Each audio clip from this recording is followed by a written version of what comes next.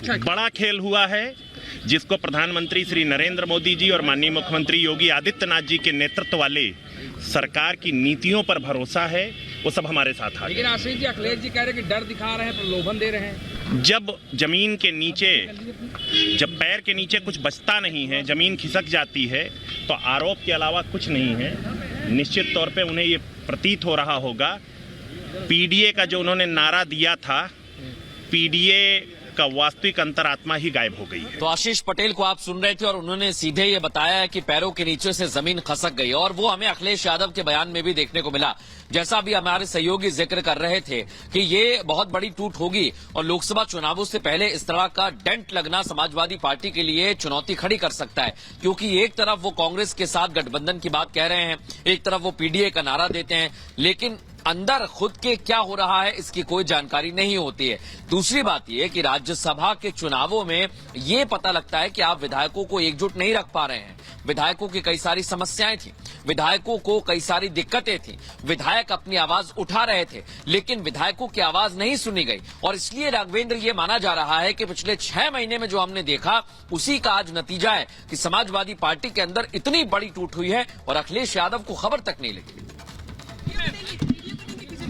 मुझे ऊपर से नीचे आने दीजिए, मैं विस्तार से बात पल्लवी जी ठीक है मैम, लौट के मैम इधर देखिए तो देखिए, बड़ी खबर है यहाँ पे, बड़ी खबर है, पल्लवी पटेल पहुंची है विधानसभा। पल्लवी पटेल जिन्होंने सबसे पहले नाराजगी जाहिर की थी, पल्लवी पटेल विधानसभा पहुंच गई है।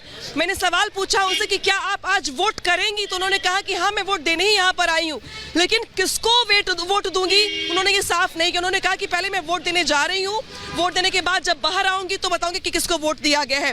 पल्लवी पटेल वो चेहरा है जो अपना दल कामेरावादी से आती है। उन्होंने सबसे पहले नाराजगी जाहिर की थी प्रत्याशियों के चयन को लेकर के, और सुबह से इस बात के कयास लगाए जा रहे थे कि चूंकि पल्लवी पटेल का डिनर में भी नहीं पहुंची है, तो क्या आज वो वोट करेंगी नहीं करेंगी। लिहाजा पल्लवी पटेल अब पहुंच तो गई है। बिल्कुल, और वो ये भी पल्लवी पटेल तो पहुंच गई है, लेकिन एक और बड़ी खबर आपको बता दें, दर्शकों को बता दें, आरएलडी के जो विधायक हैं उन्होंने बीजेपी के आखिरी उम्मीदवार संजय सेठ को वोट दिया है। हालांकि वोट वरीयता के आधार पर दिया जाता है, यानी प्रथम वरीयता में उनके लिए संजय सेठ होंगे।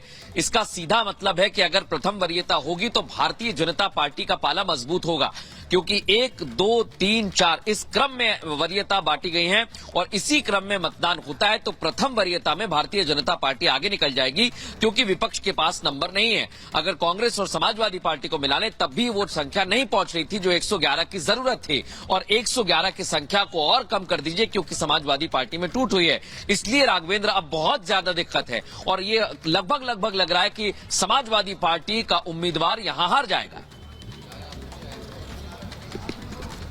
देखिए, बहुत ही महत्वपूर्ण आपको जानकारी देने जा रहा हूं कि जब अखिलेश यादव विधानसभा से निकल गए तब पल्लवी पटेल को सूचना दिया गया, फिर पल्लवी पटेल विधानसभा में एंट्री करती है।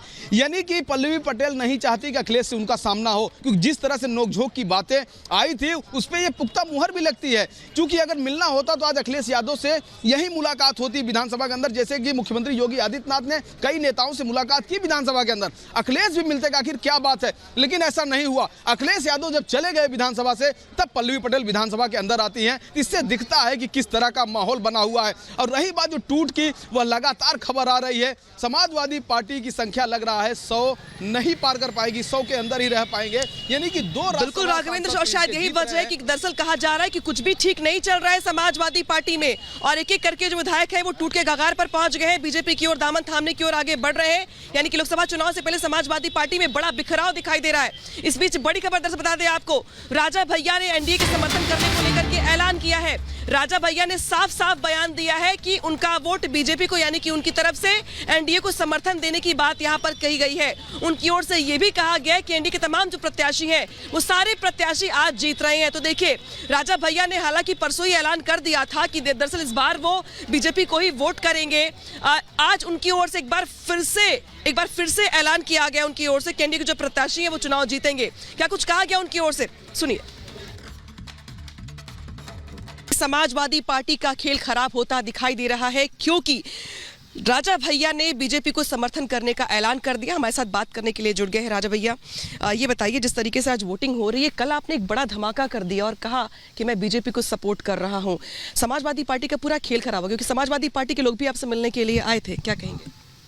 हाँ, आए थे, मिले, बात हुई और जो भी पार्टी या जो भी प्रत्याशी चुनाव लड़ता है वोट मांगने जाता ही है, इसमें स्वाभाविक है, कोई अनहोनी नहीं है।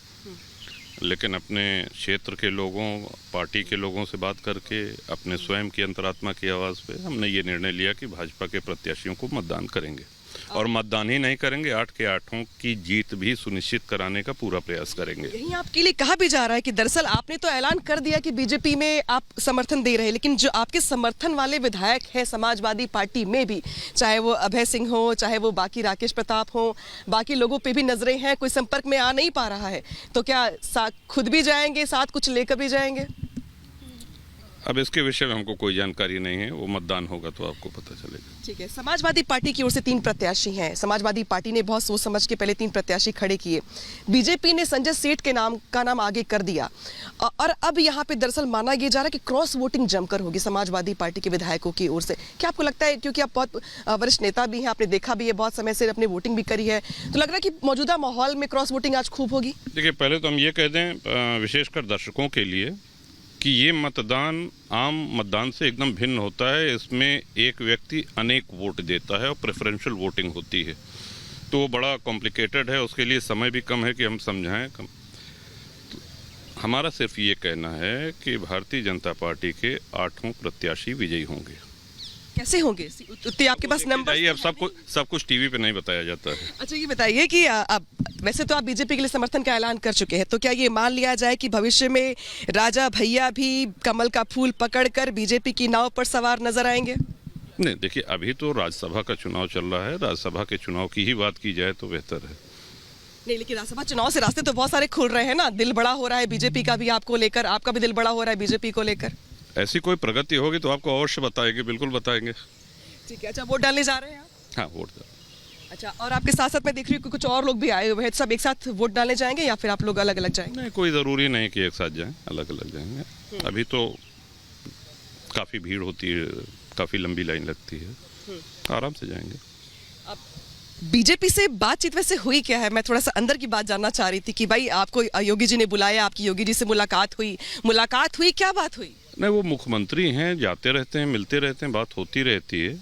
और भाजपा के प्रदेश अध्यक्ष भी आए, तो भाजपा के प्रदेश अध्यक्ष भी आए, सब बात हुई। जैसा कि हम कहेंगे कि हर बात कैमरे के सामने कहना उचित भी नहीं है। तो निचोड़ ये है कि सभी प्रत्याशी विजयी होंगे।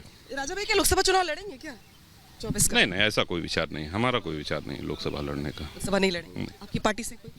देखा जाएगा।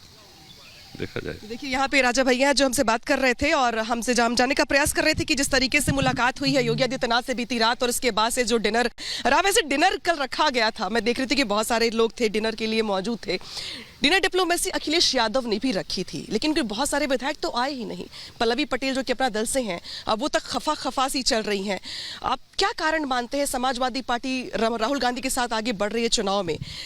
नजर क्या आता है आपको आगामी चुनाव? उस पे समाजवादी पार्टी पे हम कोई टिप्पणी, कोई कमेंट नहीं करना चाहेंगे। और समाजवादी पार्टी से मंत्री रहे हैं आप, समाजवादी पार्टी का आपकी कितनी भी लंबी वार्ता हमसे कर लीजिए, उन पे हम कोई टिप्पणी नहीं करना चाहेंगे।